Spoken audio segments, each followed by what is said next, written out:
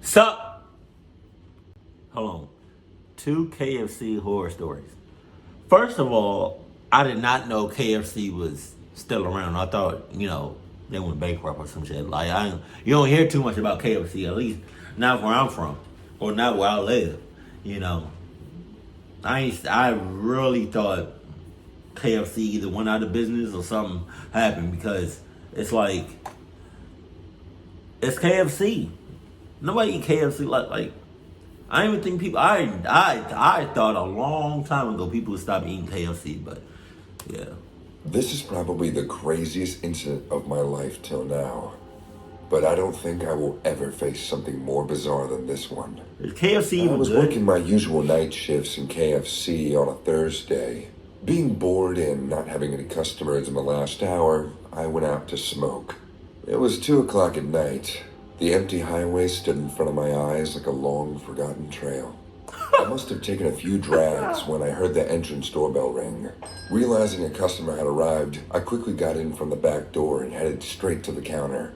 Entering the restaurant, I got shocked to see the customer who had just come in. A woman in her late 30s was standing next to the counter. No. I would have told her to get the hell out as soon as I saw her. And if she didn't get out, I would have helped her out. Grabbed her. Yay! Threw her ass out the shits. And we're closed for the night.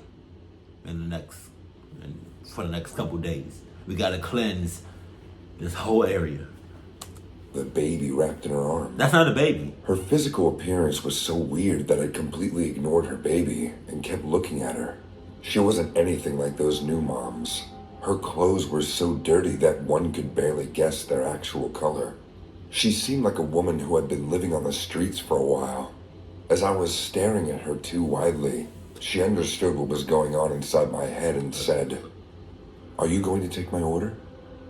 Realizing how insulting I had been, I immediately made up for my behavior and politely said, "Welcome to KFC, ma'am. What would you like to order?" "That's better. Please accept my apology." "Okay. I will have a big fried chicken bucket with fries and a Pepsi to go." "Okay, ma'am. Please take your seat." She slowly walked to the table nearby and sat down, holding her baby in her arms. Realizing the baby was sleeping, I tried to be as quiet as possible. I went to the kitchen and asked... I know people animations are different, but like... It was just funny how she was moving, talking about something.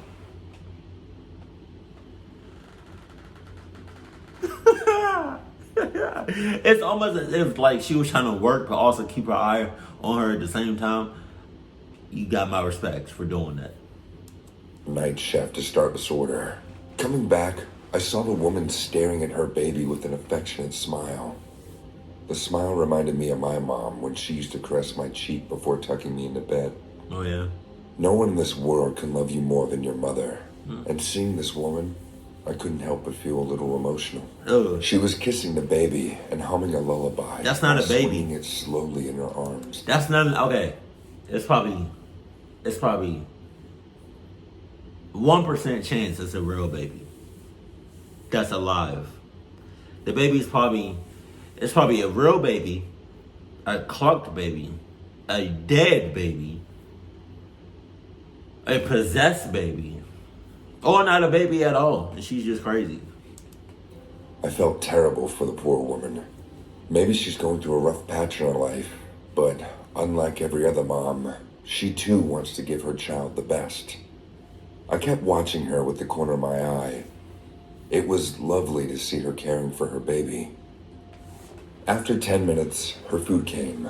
I placed it on a tray and started walking to her table.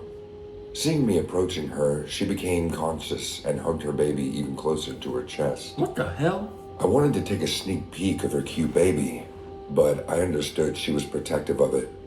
Also, my behavior might have scared her off a bit, so her reaction was understandable.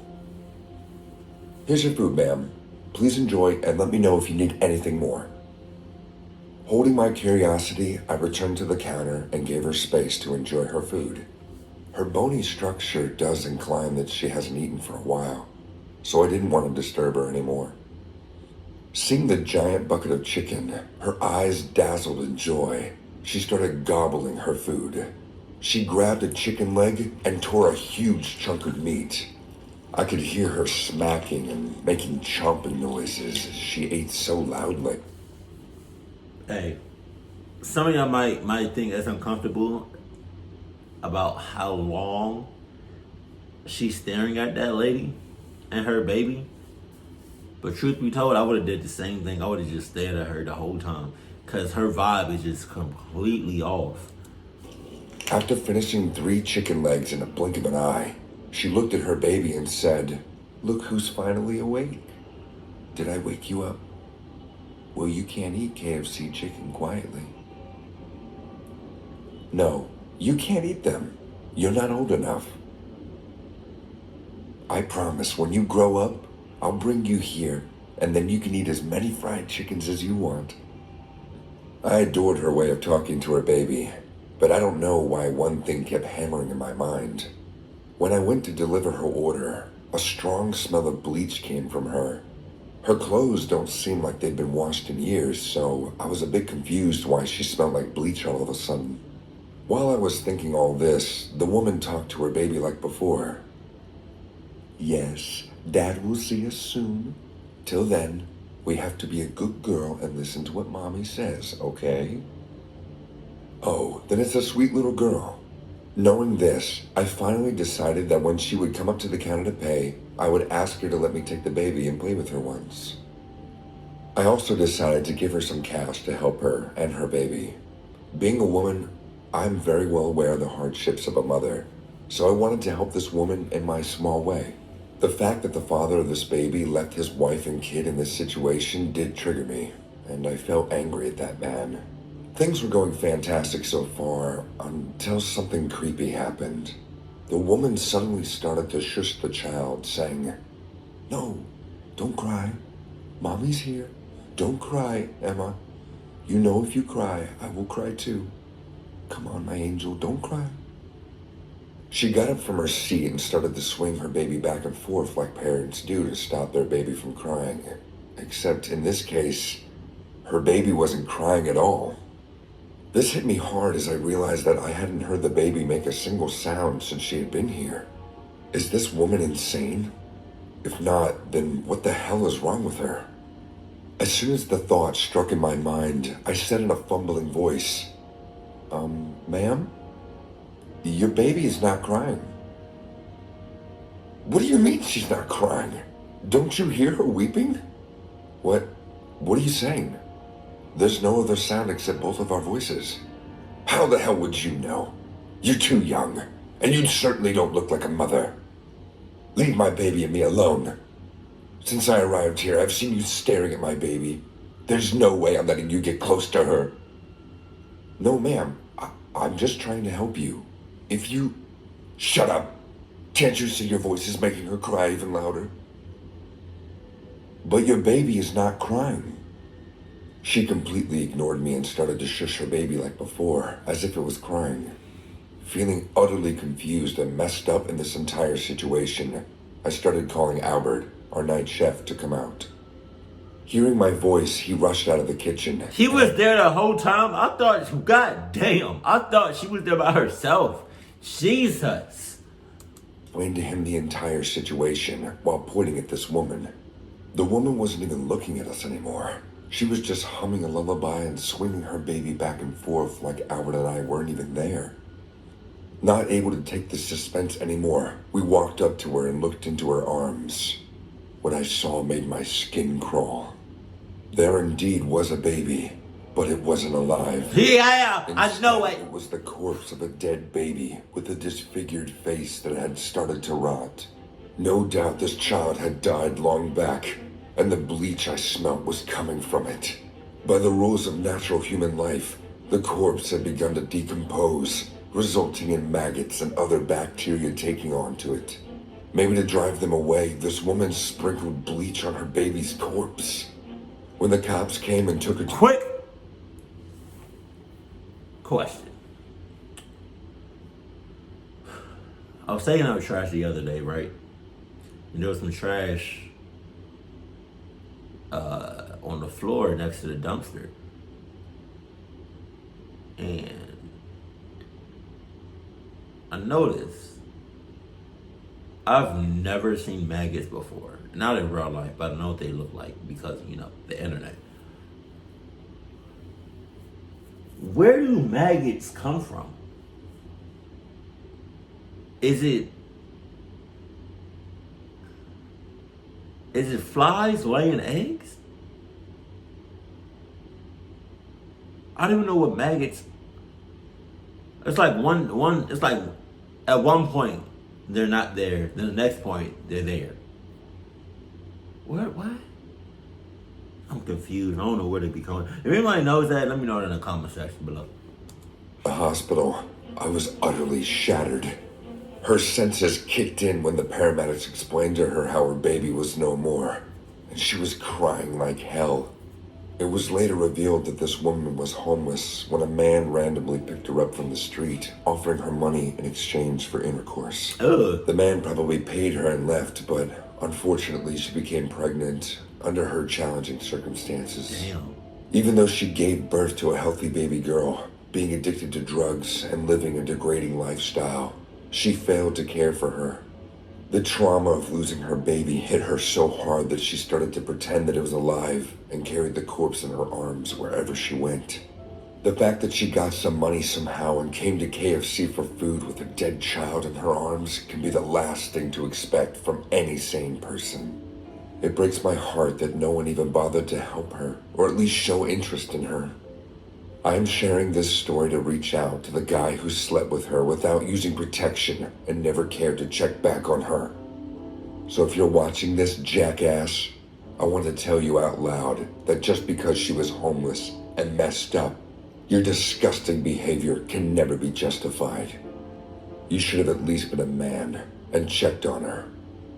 I hope you burn in hell. The KFC down the block from my apartment had the creepiest statue of Colonel Sanders I've ever seen. It stood in the corner of the dining room, at least 8 feet tall, looming over customers as they scarfed down chicken and mashed potatoes. No one ever sat at the table closest to the statue.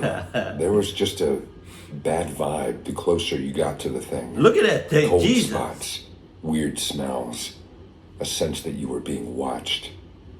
The creepy statue didn't stop me from eating at the KFC at least twice a week, but it did dampen the experience. It was eerie how lifelike the sculpture looked. The perfect white hair and goatee, the wrinkles under the eyes, the ivory pale suit, and just a peak of pink tongue inside its square teeth. God damn. You half expected the giant thing to clear its throat at any moment. I started working part-time at that KFC one winter to try to save up extra for gifts, though that's when I swore off fast food for good. Things weren't too bad until they moved me to the night shift about a month into my time at the restaurant. If the Colonel Sanders statue was creepy during the day, it was downright freaky at night. The face always seemed a little different to me each time I glanced at it, the eyes a bit colder. I started taking pictures of the statue each night to check if I was crazy, if it was really changing. However, no matter the angle or lighting, the pic always turned out blurry on my phone. I didn't much enjoy going into work that winter, but I managed to push through it because the pay kept going up. Even after the holidays, I decided to stay on since I was now making enough to actually save up money for the first time in my life. Then, one night in January, I made a terrible mistake. I offered to close the KFC on my own after the night shift. Mandy was supposed to help me. She's a cute redhead that started around the same time as I did. But she was feeling ill, so I offered to handle closing alone. Colonel Sanders probably made her feel ill. Oh, ugly. Ugh. It's something I feel like it's a real body. I'm not even gonna hold you. Trying to score some points with her before working up the courage to ask her on a date. After that awful night, I never saw Mandy again. Once the last customers were gone, I began my closing process. I locked the doors I turned off the main lights, then I pulled out a Bluetooth speaker, placed it on the table in the dining room, and started to mop up while jamming to some classic rock. I wiped down all the surfaces except that table near the Sanders statue. Again, nobody sat there, so it was always pristine. We had an official policy to only ever close with 2 or more staff on site. The official reason was safety and accountability. But as the minutes ticked by, I felt like someone was moving around the restaurant, just Colonel, out of my sight. It was Sanders. I was about to start cleaning the bathrooms when I heard a commotion in the kitchen. Mandy? I called out, holding my mop up for self-defense, I guess. There was a scraping sound followed by silence. I hopped over the counter, still holding onto the mop like it was a club. Something had knocked over the warming station in the back of the kitchen. It's a series of metal shelves and heat lamps to keep food hot. It was heavy too. Far too heavy for a draft or rats. Yeah, we had rats. To this place. I leaned the mop against the wall and pushed the warming station back into position. When I turned back towards the dining room, I yelped. Sanders! The Colonel Sanders statue had moved while I wasn't looking. It hadn't shifted. No. Oh, God, no. Sanders, please. Don't do it, Sanders. Don't do it, Sanders. I just took some chicken, that's all. Now you want to mash me like some mashed potato. Come on, Sanders. Do what you need to do, Sanders. Much. Just a slight turn of the head. But it was unmistakably different than it was moments before. His eyes were wider, almost black in the low light, and his smile was sharper than before. Wider. I'm imagining this, I said out loud, clutching the mop so hard my knuckles popped. The statue didn't respond. I mean, of course it didn't. It was a friggin' statue after all. Nothing but plaster and paint. Still, I decided to rush through the bathroom cleaning and risk getting reprimand from my supervisor in my next shift. Hey, are you here alone?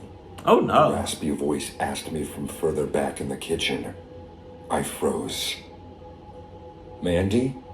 I asked again, still not turning to look. No, sorry, not Mandy. The voice was male with a slight accent I couldn't place. Swallowing hard, I turned to look for the source. There was something wrong with the light in the back of the kitchen. Everything was cast in a deep, unnatural shade. I saw a figure within the gloom. A shadow darker than the shadows around it. Sanders! Man. Who are you? Sanders. I asked. I couldn't see its face, but I had the impression the shadow smiled. I was many things. A soldier, a chef, a business owner, human.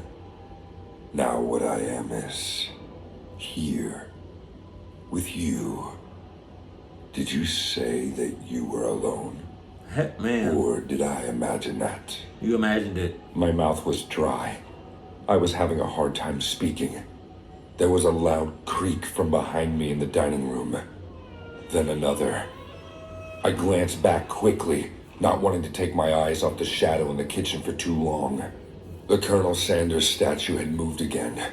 Now it was standing in the middle of the dining room, partially hunched over like it was trying to sneak, or getting ready to leap. Do you know why I started calling these places KFC? The shadow asked. I turned back to find that it was closer to me too. The light in all of the kitchen was dim now, and growing darker by the minute. I felt trapped between two hungry things, just waiting for me to run so they could chase me. All I could do was stall for time. KFC, well, it means Kentucky Fried. No, the Shadow Man growled. That's what they made me call it.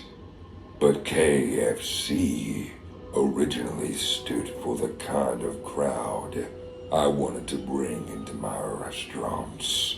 Killer's favorite chicken. Oh. There was a creak again from behind me. I knew the statue was moving in the dining room. There was the sound of heavy dragging, tables being pushed out of the way. I wanted to turn and look, but I didn't want to put my back to the shadow in the kitchen. At any moment, I expected to feel a giant plaster hand reach around to the back of my neck and squeeze. A bell rang softly. Suddenly, the light was back to normal in the kitchen. Hell no! Nick, a familiar voice called out. Why are you standing behind the counter holding up a mop? It was Mandy. She'd come in from the front door, unlocking it with her staff key. Mandy. The bell was above that door and sounded any time a customer came in. I put the mop down and leaned against the counter. There was no sign of that shadow thing in the kitchen. When I looked out over to the dining room, I saw that the Colonel Sanders statue was back in its usual corner, exactly how it was at the start of my shift. Jeez, Nick, you look awful, Mandy said, walking towards me. What are you doing here? I felt guilty asking you to close up alone. I figured I would help you finish up. Nick, are you okay? You look like you're going to throw up. Without saying a word, I hopped over the counter, took Mandy's hand and walked us both out of the KFC without locking up. Just as the front door was closing, I heard another creak, as if some massive plaster figure was shifting to watch us leave. That was the last time I stepped foot in a KFC or any other restaurant. I quit the next morning, calling my manager to ensure that she knew it was my fault the place wasn't closed properly. I didn't want Mandy to get in trouble, though I did beg her to find somewhere else to work. She promised that she'd think about it. I never did work up the nerve to ask her out. I ended my lease early and moved out of the city within a month. I've got a new place now, smaller but comfortable enough. I don't leave my apartment much these days. I can work from home, and I get all my food delivered. The rare times I step outside for a walk, well, I walk fast. Maybe it's my imagination, but sometimes it feels like something is out there. Sanders. Me, just out of sight. Sanders. When I sleep, which isn't often, I dream of creaking sounds and shadows where they shouldn't be.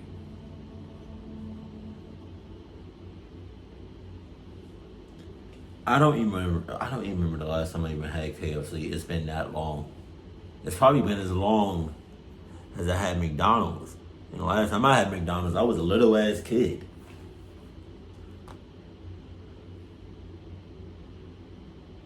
So, it's either Popeyes or KFC. Popeyes for me, baby. I ain't going this is further. This KFC, my go-to chicken place would have to be Popeyes. Like, if I had to choose between those two, Popeyes and KFC, is Popeyes. Cause you're weird if you eat KFC, still eat KFC. And you're definitely sus if you go to KFC after hearing about these 3 stories. Keep it cool, keep it classy. And I love you, stay happy. My family.